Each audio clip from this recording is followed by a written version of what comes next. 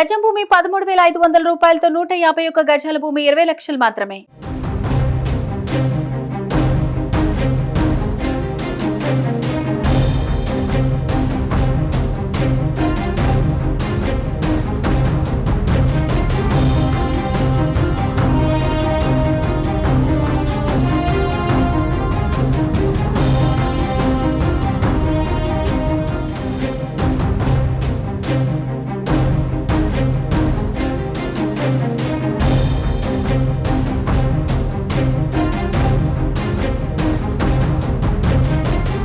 తెలంగాణలో అప్పుడే కాంగ్రెస్ ప్రభుత్వంపై బీఆర్ఎస్ యుద్ధానికి దిగుతోంది.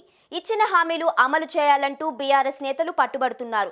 రాష్ట్రంలో అప్పులు ఉన్నాయంటూ ఇచ్చిన హామీలు నెరవేర్చకుండా సాకులు చెబుతున్నారంటూ గులాబీ పార్టీ ఇప్పటికే విరుచుకుపడుతోంది.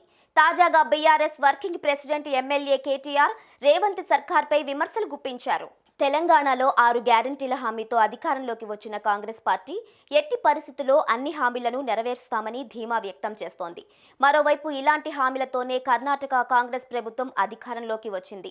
తాజాగా కర్ణాటక అసెంబ్లీలో ముఖ్యమంత్రి సిద్ధరామయ్య చేసిన వ్యాఖ్యలు వాస్తవ పరిస్థితిని స్పష్టం చేస్తున్నాయి. డబ్బులు ఎక్కడి నుంచి తెస్తాం? ఎన్నికల సమయంలోనే మేము హామీలు ఇచ్చిన సంగతి నిజమేనమ్మా, చెప్పినవన్నీ చేయడం సాధ్యమేనా అని ఆయన సంచలన వ్యాఖ్యలు చేశారు.